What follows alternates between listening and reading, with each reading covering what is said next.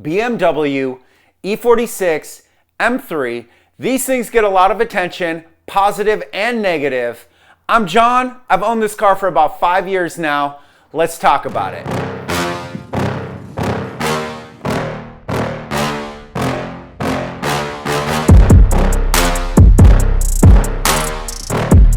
Once upon a time, I had a 2002 Dodge Dakota, which is a great truck. It was a low mileage truck. It had about 50,000 miles on it.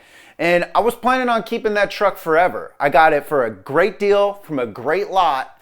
So I'm sitting there talking to one of my friends. We're having a discussion. And this guy decides that he's going to drive through my truck.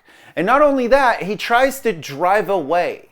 So, as a lot of car stories, this one starts with the death of one vehicle and the purchasing of another. So, I was cut a check for this Dodge Dakota, and I didn't spend the money on this car. What I did is I bought an engine for my Firebird. So, that left me with one of two choices. I could either buy a cheap little car just to get around, have no passion, that sort of thing, or I could go get another loan for a car. So, I went out to see what was out there, and at one of the last places I looked, I went to the same lot that I purchased my Dakota from. And this pretty little girl was sitting right in the front of the lot with a nice window sticker on it. And I told myself, if that's actually what it says it is, and it's a low mileage car, because I like lower mileage vehicles, that I might be in some trouble. So I checked out the price. They were selling it to me for $12,000, which I thought was a pretty good price, especially at the time and with a loan and everything. So I went ahead and did it. I bought this car, I signed up for it, and about 2 months after owning this car, the engine went out. Now, the engine went out because of a Vanos issue, and these vehicles have three major problems. One is the subframe issue, the subframe cracks in the back of the car. The second one is the infamous Vanos problems. And the other one is not for all of them, but this one did apply. That's the SMG system. Now, I know a lot of people want to hate on the SMG, but it was actually a really cool thing. I liked it a lot. It was really fun. And if you ever wanted to see a perfect downshift, that system did it. So what happened was the engine blew up. I was pulling into a parking lot and I downshifted, and all of a sudden I'm running on, 4 or 5 cylinders. So I called up a tow truck, and when the tow truck arrived, they loaded her up and took her down to the shop of my choice. So there was an import shop just down the street from my apartment at the time. They boasted, BMW. I seen Maybachs and all kinds of great G-Wagons, really expensive cars there. So I took this thing over there, and after getting no response from them after having an initial inspection done on the car, their service advisor came up missing. So I wasn't taking any bull crap. I called up my friend who got me a deal on the car originally, and he towed it over to his buddy's shop. And there they told me that because of the warranty that I had on the car, that the only option was to put a brand new $30,000 BMW engine in it, which obviously I bought a $12,000 car. I don't exactly have $30,000 to put into it. So my friend towed the car to his shop, which is right next to the lot that I bought the car from.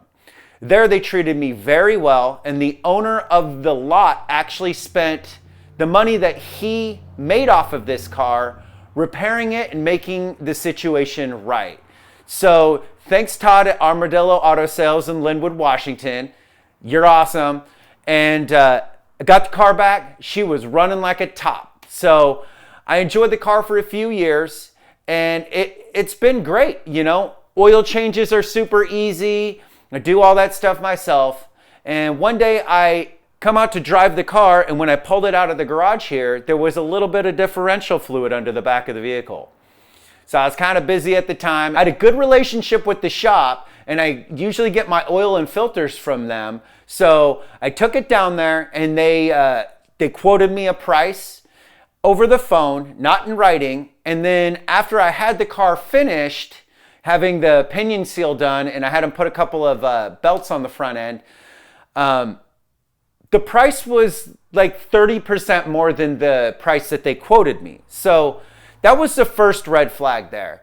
And then after driving the car around for a couple of months, because I don't actually put a lot of mileage on this car, especially in the wintertime, it started making a weird rubbing noise in parking lots at low speeds. So I look it up on the old Google box and I find out that this is a known issue with these differentials when you put a differential fluid in it that has lower than specified friction additive.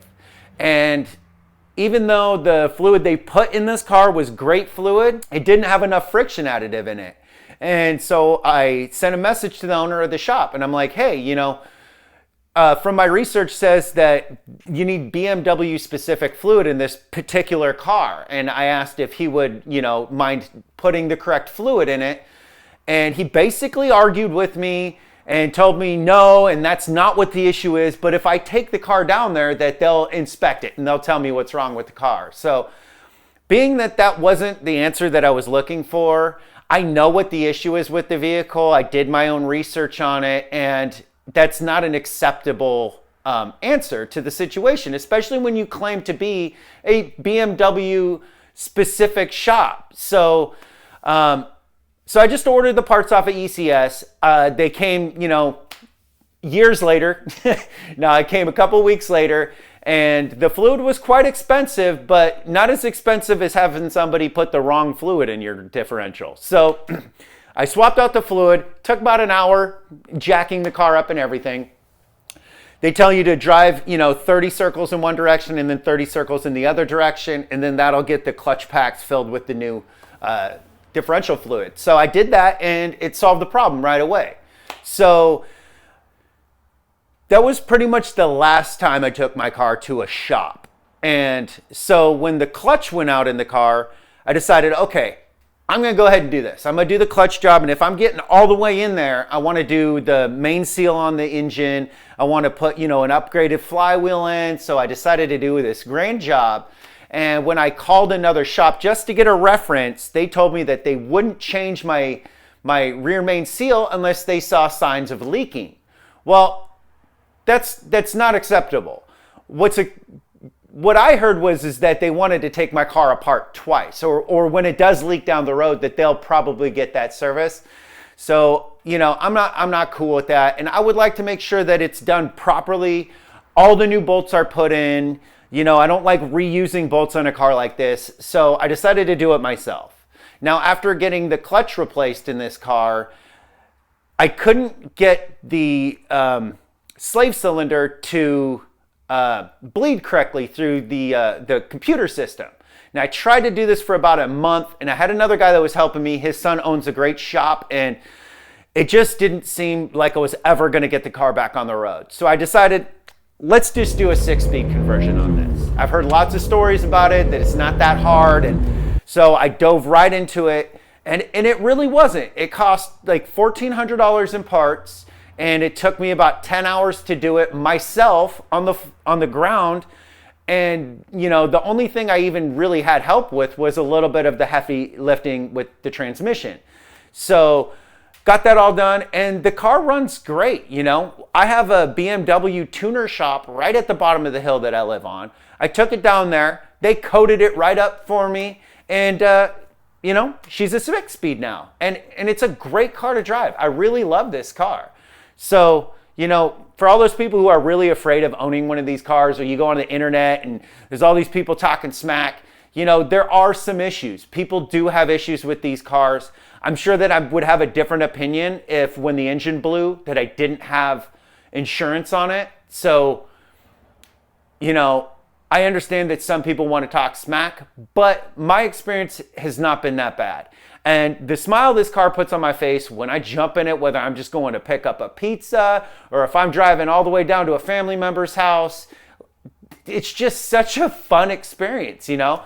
It really is the ultimate driving machine. Absolutely. So my plans with this car are I'm probably just going to drive it into the ground, you know? If it lasts a long time and I have, you know, the resources, I'll probably put like a turbo on it or do something. It doesn't need to be the fastest thing in the world. You know, when you're driving a car around on the weekend, having a good time, you don't need 900 horsepower, you know, I think, you know, 400 or 500 horsepower with a little bit of boost, like that sounds like a great time. And it'll make all those great obnoxious childish noises that we all love it to make. You